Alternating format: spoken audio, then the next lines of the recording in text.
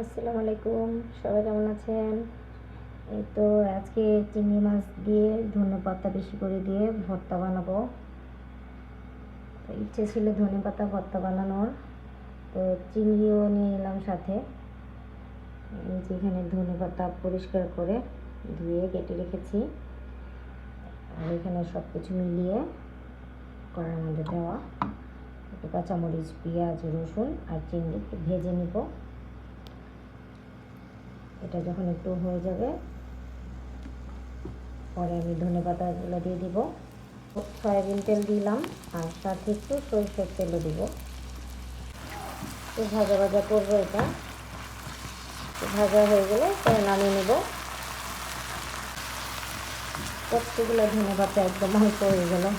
এভাবে চিংড়ি ভর্তা করলে খুবই মজা হয়। এই তো আমার হয়ে গিয়েছে ভাজা। এখন এটা ঠান্ডা করব। ঠান্ডা হলে আমি ব্লেন্ডারে ব্লেন্ড করে নেব চিংড়ি ধনেপাতার ভর্তা।